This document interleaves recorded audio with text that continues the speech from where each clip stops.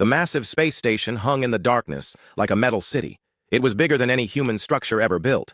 Lights blinked across its surface in patterns that hurt human eyes to follow. This was the Galactic Council Station, home to the 7 most powerful alien races in the galaxy. Ambassador Sarah Chen walked down the long corridor toward the council chamber. Her shoes clicked on the strange metal floor that seemed to shift colors with each step. She had been making this walk every day for 3 months now. 3 months of talking, arguing, and listening to aliens who thought humans were nothing more than clever animals. The corridor was designed to make visitors feel small. The ceiling stretched up so high that it disappeared into shadows. Alien symbols covered the walls, glowing with meanings that no human could understand. Chen had learned to ignore the feeling of being watched. Security cameras were everywhere, but worse were the things that weren't cameras. Some aliens could see through walls or read thoughts. The council wanted everyone to know they were always being observed. Chen reached the great doors of the council chamber. They were made of some material that looked like liquid metal frozen in mid-flow. As she approached, the doors melted away like water, then reformed behind her. It was just another way for the aliens to show off their technology. The council chamber was a sphere the size of a football stadium. 7 platforms hung in the air, each one designed for a different alien race. Chen's platform was smaller than the others and positioned lower. The message was clear. Humans were the junior partners here. The Zarathi were the first to speak. Their representative was a living crystal that stood 12 feet tall. When it talked, the crystal changed colors from blue to purple to gold. Its voice sounded like wind chimes in a storm. "Human Chen," it said, "we have been patient with your kind. We have explained the rules of galactic society many times. Today, you must give us your answer." Chen looked around the chamber at the other council members. The Kalari representative was a writhing mass of tentacles with thousands of small eyes. When it thought, all the eyes blinked at the same time. The Vorthak looked like a ball of lightning trapped in a glass suit. It spoke without moving, its words appearing directly in her mind. "The terms are simple," the Kalari said in a voice, like rustling leaves. "Earth becomes a protected world. Humans stay in their solar system. Any new technology must be approved by us first. In return, we protect you from the dangers of the galaxy." Chen had heard this offer many times before. Each time it sounded less like protection and more like a prison. She kept her face calm and professional. That was the hardest part of this job, staying polite when every instinct told her to walk away. "The council has been very generous," Chen said carefully, "but my government needs more time to consider such an important decision." The Zarathi crystal flashed bright red. Around the chamber, other aliens made sounds of annoyance. The Thurok representative, a creature that looked like a walking tree made of metal, clanged its branches together in what Chen had learned was laughter. "Time," the Thurok said in a voice like grinding gears. "Your species has existed for less than 1,000,000 years. You have been in space for barely 200 years. We have given you 3 months to understand what took us millennia to learn. How much more time do you need?" The Vorthak energy being pulsed brighter. Its thoughts pressed against Chen's mind like a cold wind. "Your people do not understand. The galaxy, human. There are things in the dark between stars that would destroy your world without thinking. We offer safety. Why do you hesitate?" Chen took a deep breath. This was the part she dreaded most. The lectures about how dangerous space was and how helpless humans were without alien protection. She had heard it all before. Stories about ancient wars, dark empires that consumed entire star systems, and cosmic horrors that drove whole species insane just by existing. The problem was that none of it felt true. Earth's deep space monitors had been watching the galaxy for 50 years.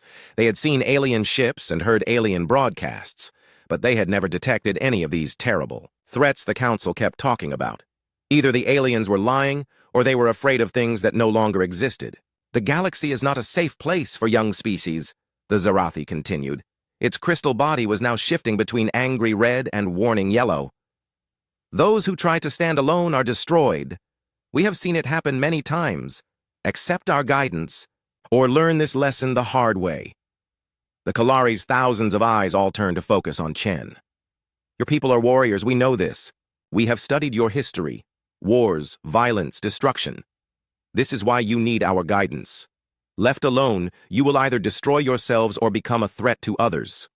Chen felt her temper rising but pushed it down. This was another thing she hated about these meetings. The aliens had studied human history and decided that humans were naturally violent and destructive. They ignored all the art, music, literature, and philosophy that humans had created. They only saw the wars and conflicts. Humans have learned from their mistakes, Chen said. We have not had a major war in over a century. We work together now. The Thurok's metal branches rattled again. A century is nothing. You will fight again. It is your nature. Better that you fight only among yourselves on one world than spread your violence to the stars. The meeting continued for 2 more hours. The aliens repeated their offer again and again, each time making it sound more reasonable and necessary. They painted pictures of galactic threats and cosmic dangers. They promised protection, technology, and guidance. All humanity had to do was accept their place as the newest and weakest member of galactic civilization. When the meeting finally ended, Chen felt exhausted. She walked back through the long corridors to the human section of the station. It was smaller than a city block and housed the entire human diplomatic mission, 20 people to represent all of humanity. Her assistant, Marcus Webb, was waiting with the daily reports from Earth. He was young and eager and still got excited about being in space. Chen envied him that enthusiasm. How did it go today? Marcus asked. The same as always, Chen replied. They want an answer, accept their terms or face the consequences. Marcus frowned. What consequences? They never actually say what they'll do if we refuse. That was true. The aliens spoke about dangers and threats, but they never directly threatened humanity. They just implied that terrible things would happen if humans tried to go their own way. It was like being warned about monsters in the dark by people who claimed to have flashlights. Chen sat down at her desk and started typing her daily report to Earth. She tried to capture the feeling of the meeting, the sense of being talked down to and dismissed. How did you explain to people who had never met an alien what it felt like to be treated like a child? The truth was that Chen was starting to hate these aliens, not because they were different or strange, but because they were arrogant. They assumed they knew everything about humanity based on a few decades of observation. They thought humans were simple creatures who needed to be protected from themselves. But Chen had a secret that none of the aliens knew. Earth's response to the Council's demands had already been decided. The President, the Global Defense Council, and the leaders of every major nation had voted. The answer was no. Tomorrow, Chen would deliver humanity's response to the Galactic Council.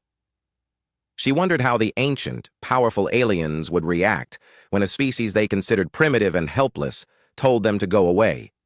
She suspected they were about to find out just how much they didn't know about humanity. The war room in Geneva was silent, except for the quiet hum of computers. President Martinez sat at the head of the long table, looking at the faces of the most powerful people on Earth. The Global Defense Council had been meeting for 6 hours straight, and everyone was tired. Admiral Torres broke the silence first. Her voice was flat and cold. They want us to be pets. General Kim nodded slowly. Protected world. Limited to our solar system. All technology approved by them first. It's not membership in galactic civilization. It's surrender. President Martinez looked around the table. 24 leaders from every continent and major space colony. They had spent months analyzing the Galactic Council's offer from every possible angle. The conclusion was always the same. The vote, Martinez said simply. One by one, hands went up. First Admiral Torres, then General Kim, then the Prime Minister of Luna Colony. Within minutes, all 24 hands were raised. The decision was unanimous, but nobody looked happy about it. Defense Minister Chen, Sarah's older brother, spoke quietly. My sister is going to deliver this message to beings who think they rule the galaxy. I hope we know what we're doing. Martinez stood up and walked to the window. Outside, the lights of Geneva stretched to the horizon. Somewhere up there, beyond the atmosphere, human ships were already moving into position. Project Lighthouse had been ready for weeks, waiting for this moment. Admiral Torres, Martinez said without turning around, begin Phase 1 of Lighthouse. All civilian ships are to withdraw from alien space immediately. Military vessels will escort Ambassador Chen's ship home, then take their assigned positions. Torres nodded and began typing commands into her secure tablet. Across human space, ships that had been waiting in the shadows began to move. Freighters that had been trading with alien worlds turned around and headed home. Research vessels studying alien technology packed up their equipment and left. Within hours, every human presence in alien-controlled space would be gone. Back on The Galactic Council station, Ambassador Chen was preparing for the most important speech of her life. She had practiced it 100 times, but her hands still shook slightly as she put on her formal diplomatic uniform. The blue fabric had been designed to impress aliens with subtle patterns that showed differently under various types of alien vision. Marcus Webb helped her with the final preparations. He was trying to act normal, but Chen could see the worry in his eyes. "Ambassador," he said quietly, "are you sure about this? Once we deliver the message, there's no taking it back." Chen looked at herself in the mirror. She thought about her brother and the other leaders back on Earth. They were trusting her to speak for all of humanity. The weight of that responsibility felt heavier than gravity. "Marcus," she said, "when I was a little girl, my grandmother told me a story. She said that sometimes you have to choose between being safe and being free. She chose freedom when she left China to come to America. Her parents thought she was crazy to give up security for uncertainty." Chen turned away from the mirror and looked at Marcus. "Today, humanity makes the same choice my grandmother made. We choose freedom."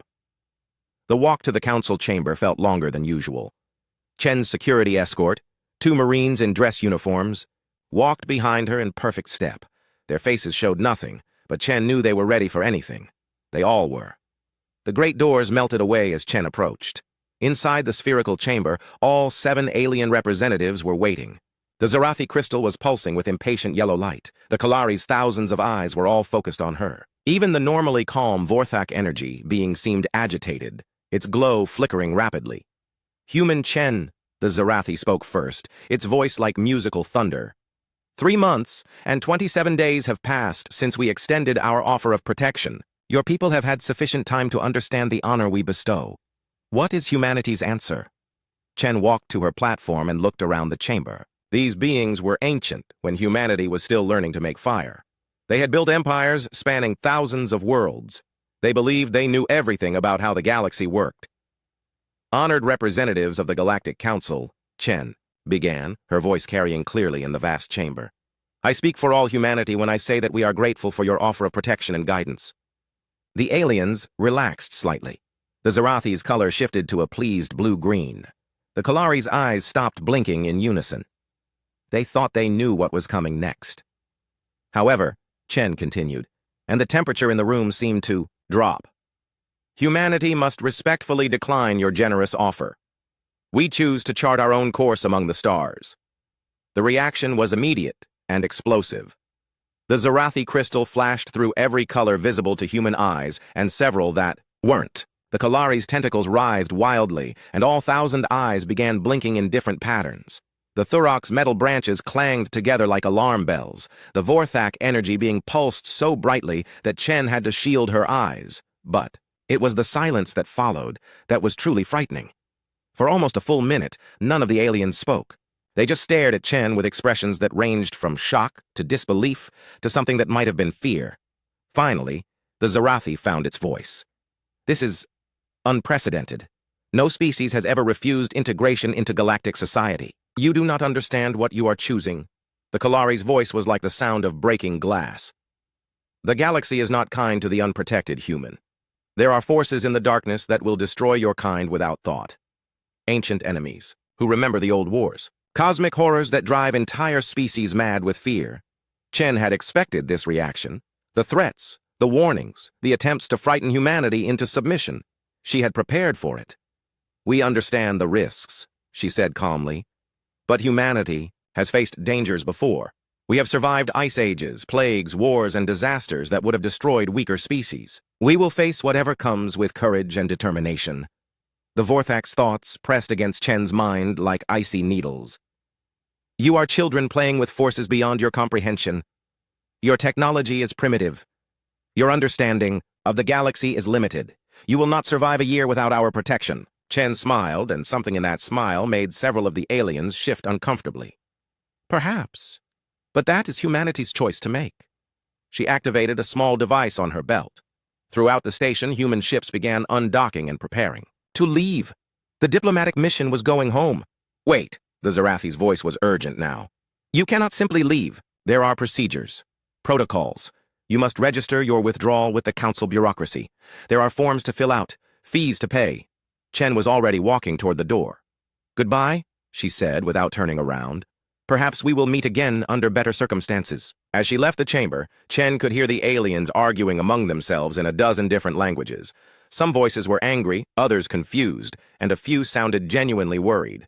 None of them sounded confident anymore. The journey back to the human section of the station took only minutes, but Chen felt like she was walking through history. By the time she reached her quarters, the last human ships were already departing. Within an hour, the station would be empty of any human presence for the first time in 3 months. Marcus was waiting with the final evacuation reports. All personnel accounted for, he said. The Zarathi tried to stop the cargo ship Meridian, but our escort convinced them to let it pass. Chen raised an eyebrow. Convince them how? Marcus grinned. The escort was the battleship Normandy.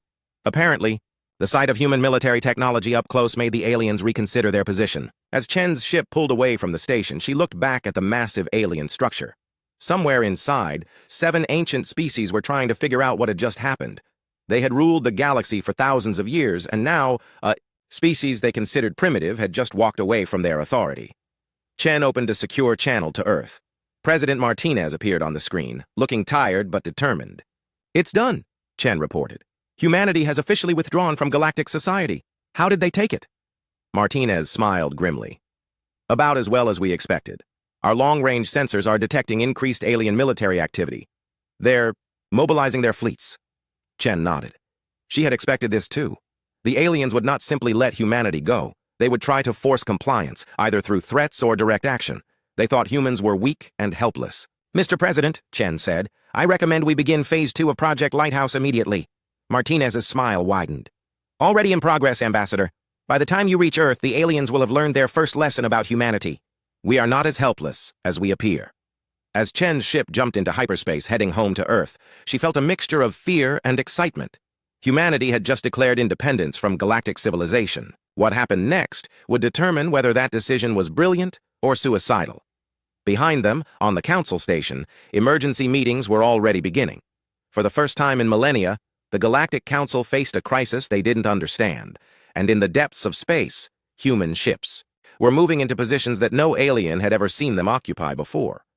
The galaxy was about to learn something new.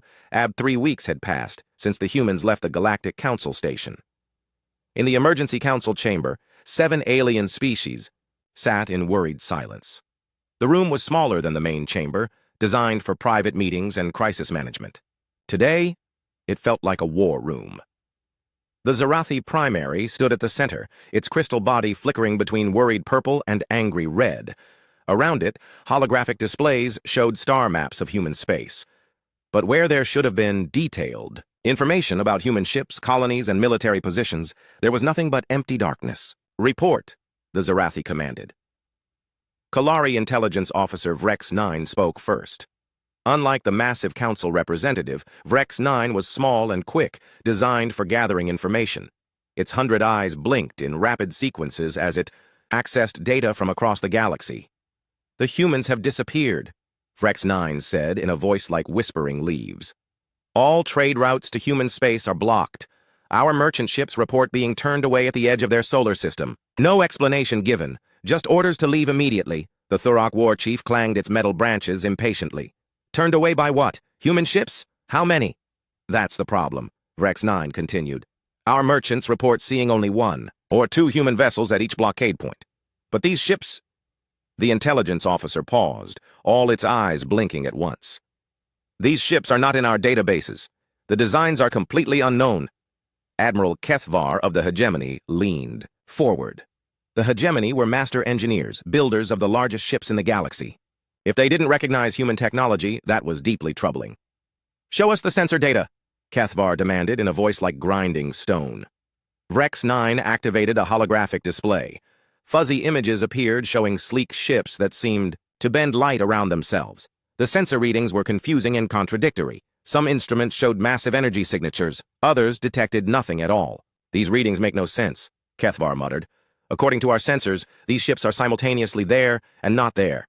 Their energy signatures suggest power sources we don't recognize." The Vorthak observer pulsed with agitation. As beings of pure energy, the Vorthak understood power in ways that other species could not. When they were confused by energy readings, it meant something was very wrong. We attempted to scan deeper into human space, the observer's thoughts pressed into everyone's minds. Our long-range sensors encountered interference. Something is blocking our ability to see into their territory. The Zarathi primary's color shifted to deep red. What kind of interference? Jamming? Shields? Unknown. Our sensors simply stop working when pointed at human space. It's as if there's a wall between us and them, but we cannot detect what that wall is made of. This was getting worse by the minute. The Galactic Council had monitoring systems that could see across half the galaxy. They tracked the movement of every major fleet, monitored communications from 1,000 worlds, and kept detailed records of every species' military capabilities. But now, 3 weeks after the humans left, their most advanced surveillance technology was completely blind when looking at human space. Admiral Keth Var stood and began pacing. We sent scout ships to investigate. 3 fast reconnaissance vessels. The best we have. They were ordered to observe from a safe distance and report back. And? The Zarathi prompted. Keth Var's stone-like face showed the first emotion anyone had seen from him in decades. Fear. They never came back. No distress, signals, no final transmissions. They simply vanished when they reached the edge of human space. The council chamber fell silent. Scout ships didn't just disappear.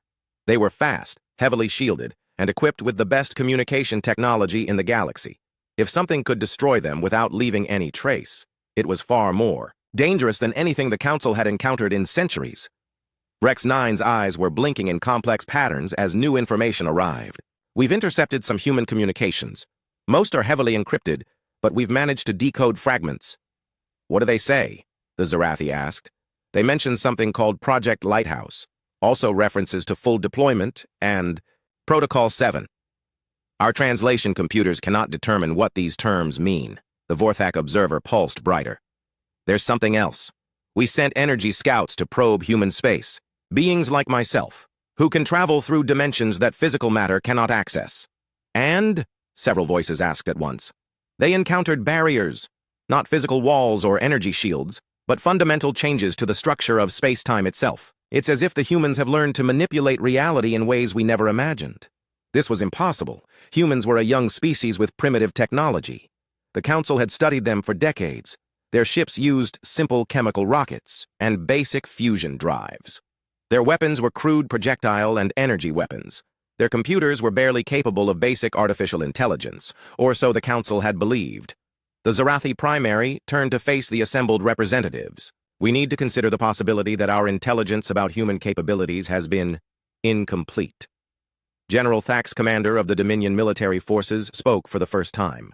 The Dominion were warriors, and Thax, commander, had fought in more battles than any other being in the galaxy. When he spoke, everyone listened. I have reviewed the military assessments of human capabilities, Thax, commander, said in a voice like distant thunder. Based on our observations, humans should have military technology roughly equivalent to our ancestors from 10,000 years ago. Basic spaceflight, primitive weapons, simple defensive systems. He paused and looked around the chamber. But what we're seeing now suggests technology that is not just advanced, but completely alien to our understanding. Ships that our sensors cannot properly detect. Barriers that block our most sophisticated surveillance. The disappearance of our scout vessels without any trace. The implications were staggering. If humans had technology that was truly superior to the Council's, then everything the aliens believed about galactic civilization was wrong. The careful hierarchy they had built over millennia, with themselves at the top and younger species below them, was based on the assumption that the Council races had the most advanced technology in the galaxy. Rex 9's eyes blinked rapidly as more intelligence reports arrived. There's more. Our deep space monitoring stations have detected unusual activity throughout human space. Massive energy signatures appearing and disappearing in patterns we don't recognize, and... The intelligence officer paused, as if afraid to continue. Speak, the Zarathi commanded. Our astronomers report that several star systems in human space are no longer visible. Not hidden or blocked, but completely absent from our sensors. It's as if they've been removed from normal space-time. The council chamber erupted in shocked voices. Stars didn't just disappear. Even the most advanced civilizations in galactic history had never developed technology capable of hiding entire solar systems. Admiral Keth Var was studying the tactical displays with growing alarm. If humans can make star systems invisible, to our sensors, what else can they do? Can they make their fleets invisible? Their weapons? How do you fight an enemy you cannot see? The Vorthak observer pulsed with what might have been panic. We must consider the possibility that humans have been hiding their true capabilities from the beginning. What if their primitive appearance was deliberate? What if they've been studying us while we believed we were studying them? This thought sent chills through the assembled aliens. The Council had spent decades analyzing human society, technology, and military capabilities. They had made their offer of protection based on the assumption that humans were weak and needed guidance. But what if humans had been letting themselves be studied while secretly possessing technology that made the Council's power irrelevant? The Zarathi Primary's crystal body was now cycling through colors so rapidly it looked like a rainbow in a storm. We need more information. Send our best intelligence operatives to human space. Use any means necessary to determine what we're facing. Sir, Rex 9 said quietly, we've already tried. 5 of our best agents were sent to infiltrate human colonies. None of them have reported back. It's as if they vanished completely. The silence in the chamber was deafening. The Galactic Council, the most powerful organization in the galaxy, was discovering that they knew nothing about the species they had been trying to control. Worse, that species was demonstrating capabilities that made the Council's own power look primitive by comparison. General Thack's commander stood slowly. I recommend we mobilize the combined fleet immediately. If humans represent a threat to galactic stability, we need to be prepared for any possibility. A threat? The Zarathi asked. They haven't attacked anyone. They haven't made any hostile moves. They simply left.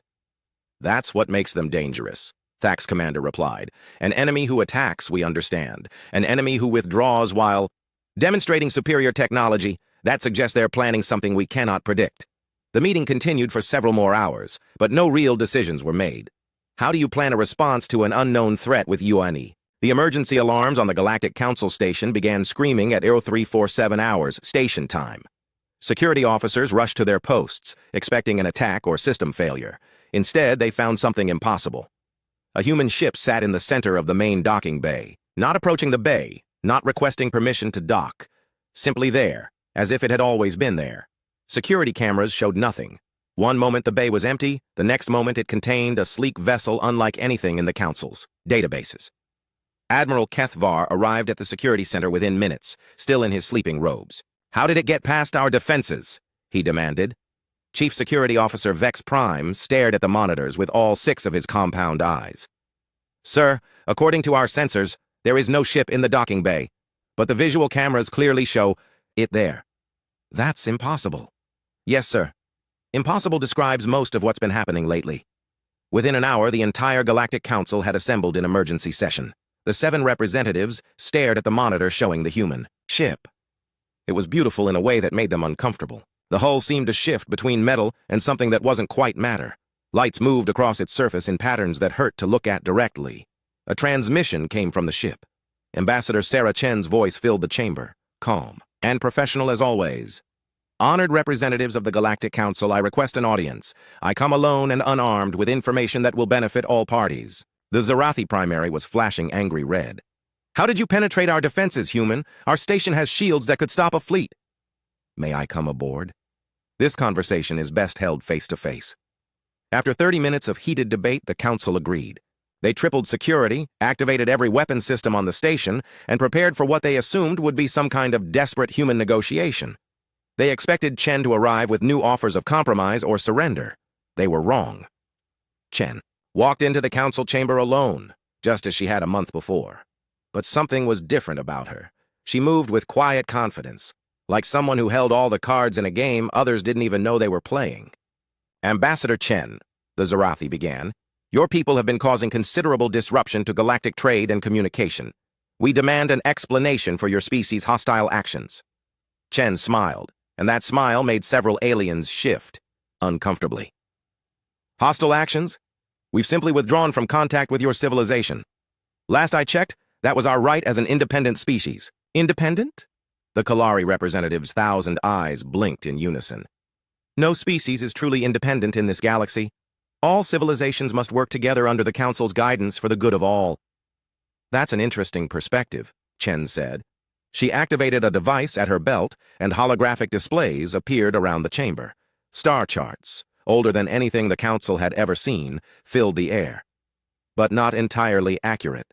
The displays showed the galaxy as it had been 50, 1,000 years ago.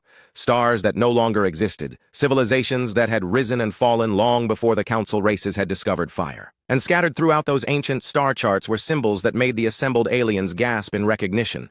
Human symbols, human colonies, human outposts spanning the entire galaxy. "This is impossible," the Zarathi primary whispered, its crystal body flickering between colors so rapidly it looked like a strobe light. "Humans have only been in space for 200 years. Chen's smile widened.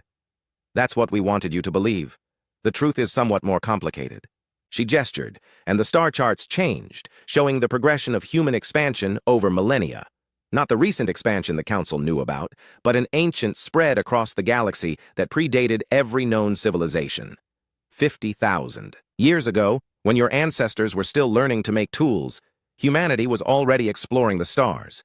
We built colonies on 1,000 worlds, developed technologies that would seem like magic even to you, and watched the galaxy change around us. The Vorthak observer's energy field was pulsing so rapidly it looked like a strobe light. "This cannot be true. Our archaeological records show no evidence of ancient human civilization." "Because we didn't want to be found," Chen replied simply. "When we discovered other intelligent species beginning to develop space travel, we faced a choice. Reveal ourselves and potentially dominate the galaxy through superior technology, or withdraw and let younger civilizations find their own path." She gestured again, and the displays showed the early days of what would become the Galactic Council.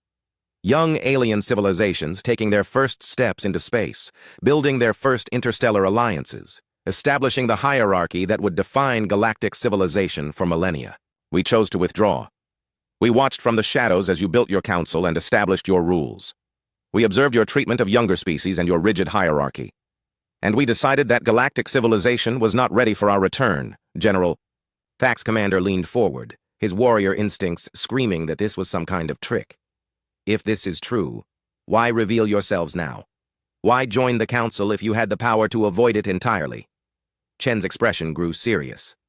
"We didn't join the council. We allowed ourselves to be discovered. There's a difference." The implications hit the assembled aliens like a physical blow. Everything they thought they knew about first contact with humanity was wrong. The council hadn't discovered a primitive species and graciously offered them protection. Humanity had revealed itself when and how it chose to. "For 50 years, Chen continued, we allowed you to observe us. We showed you exactly what we wanted you to see, a young species with promising potential but primitive technology. We let you study our history, our culture, our apparent military capabilities. We even sent ambassadors to your station and participated in your negotiations." Admiral Kethvar's stone face showed the first crack of emotion anyone had seen. "Why? What was the purpose of this deception?" "To understand you," Chen said simply. "To see if galactic civilization had evolved beyond the need for rigid hierarchies and the subjugation of younger species. To determine if you were ready for the truth about humanity's place in the galaxy." The Zarathi primary was cycling through colors so rapidly it was almost impossible to look at. "And your conclusion?" Chen's smile faded. "Disappointing.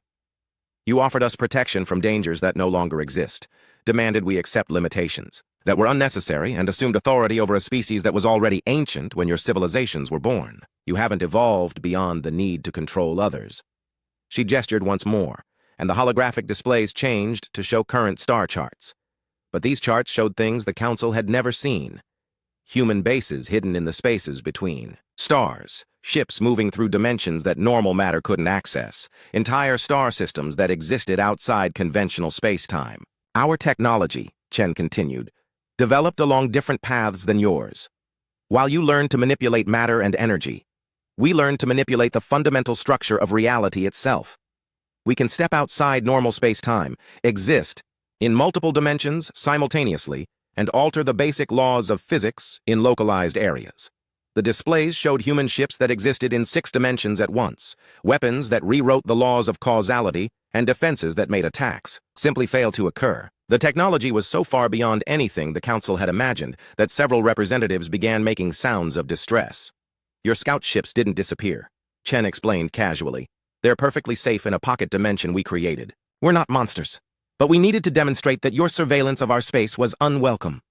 The Kalari representative's tentacles were writhing in patterns that indicated extreme agitation. "This is why our sensors couldn't detect your activities. You weren't hiding from us. You are operating outside the physical laws we understand. Exactly. And this brings us to why I'm here today. Chen's voice took on a more formal tone. The Galactic Council's offer of protection and guidance has been rejected, but humanity is prepared to make a counteroffer. The chamber fell silent, except for the sound of alien breathing, energy fluctuations, and the quiet hum of technology. Every representative was staring at Chen, waiting for her to continue. The galaxy deserves better than your rigid hierarchy, Chen said. Every species should have the opportunity to develop its full potential without artificial limitations imposed by others.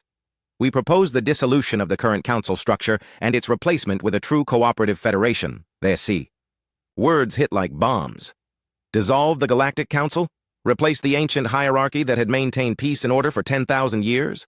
The idea was so radical that several representatives began protesting at once. Chen raised her hand, and somehow her simple gesture commanded absolute silence. The choice is yours. Join us voluntarily in building a better galactic civilization, or continue with your current system while humanity operates independently. And if we refuse? The Zarathi asked quietly. Chen's smile returned, but now it carried an edge that made ancient, powerful beings feel like children facing an adult they had angered. Then you'll discover that the galaxy is no longer yours to control. Humanity has moved beyond your Und. The Galactic Council chamber had never been quieter. Outside the massive windows, thousands of human ships hung in space like impossible dreams, made real.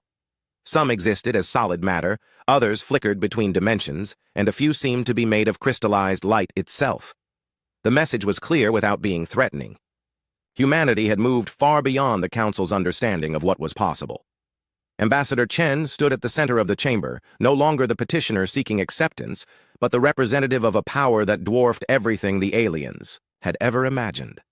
Her calm confidence filled the space in a way that made ancient beings feel small and uncertain. The demonstration you see outside, Chen began, gesturing toward the windows, represents less than 1% of humanity's current fleet capabilities. We're not showing you this to threaten you, but to help you understand that the old paradigms no longer apply. The Zarathi primary's crystal body had settled into a deep blue color that indicated deep thought and growing acceptance of a terrible truth.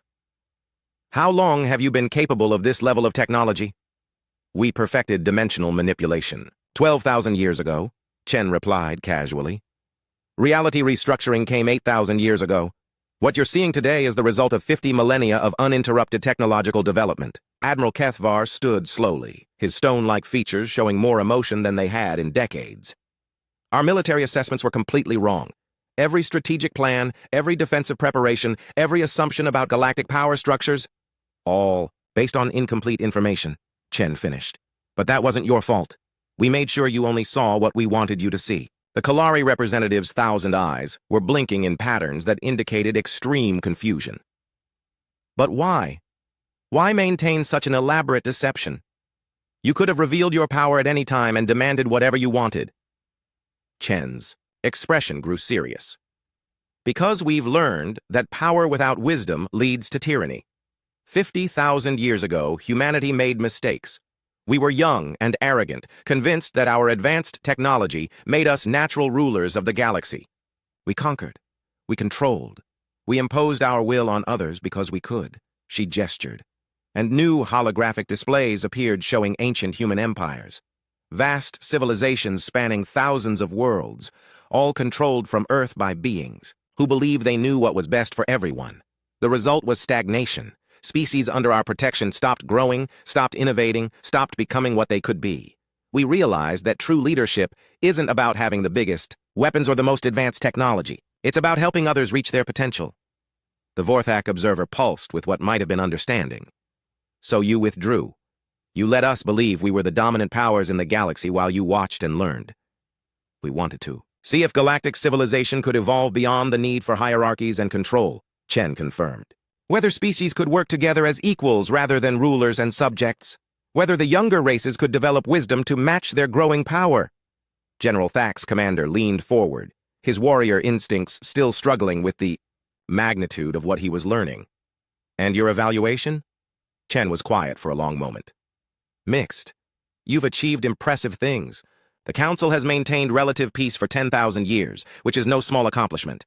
You've prevented major wars and facilitated cooperation between very different species. But, the Zarathi prompted, but you've also stagnated. Your rigid hierarchy prevents younger species from contributing new ideas.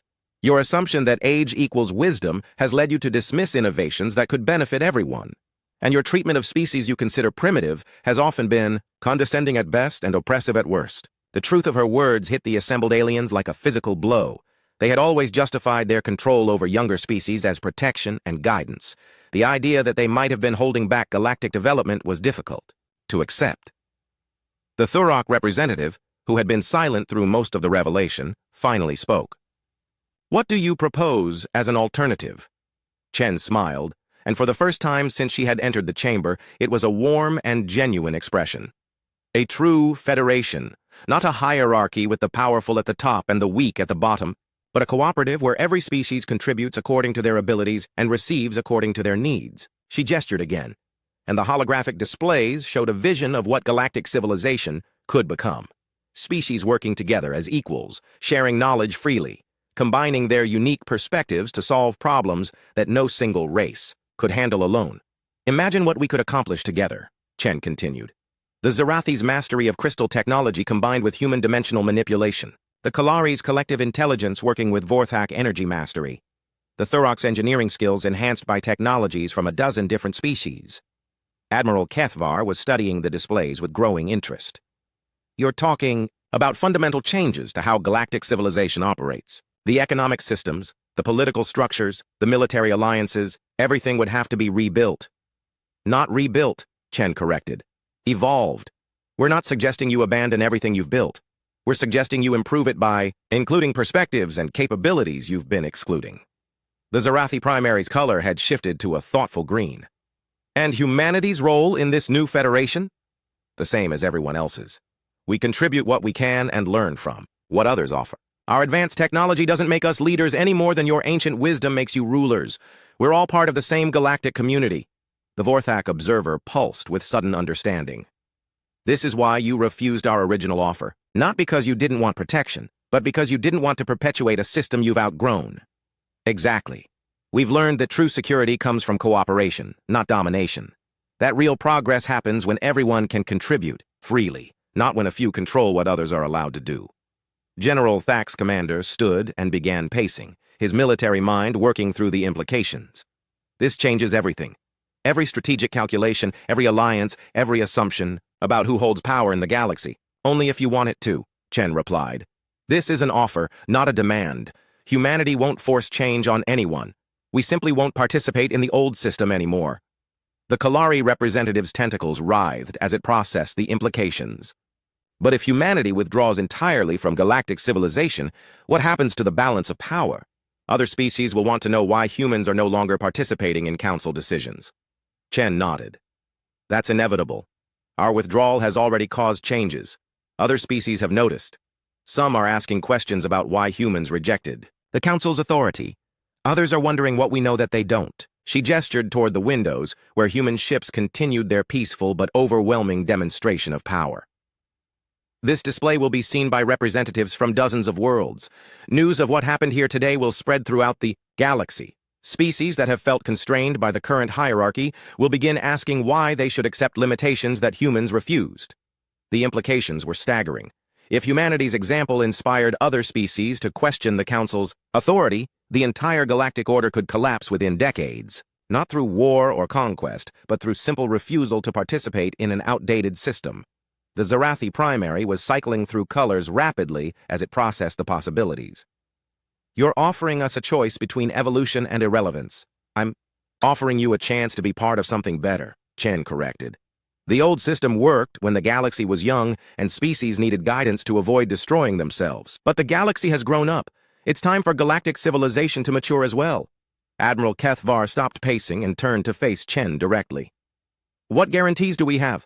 How do we know that humanity won't use its superior technology to dominate this new federation? Chen's smile widened. Because we already could have done that. We've had the power to conquer the galaxy for 50,000 years and we chose not to. We've had the ability to control galactic civilization from the shadows, and we chose to withdraw instead. Our actions speak louder than any guarantee we could give. The chamber fell silent as the representatives absorbed this truth. Humanity had possessed overwhelming power for millennia and had chosen restraint. They had been offered the chance to rule through the Council's hierarchy and had chosen independence instead. Their commitment to cooperation over domination was proven by their history, not just their words. The Vorthak observer pulsed with sudden decision. The Vorthak Collective wishes to formally request information about human dimensional manipulation techniques. We believe our energy mastery combined with your spatial technologies could benefit both our species. The other representatives stared in shock. The Vorthak had just become the first council member to formally acknowledge humanity's superior technology and request cooperation as equals. Chen's expression lit up with genuine,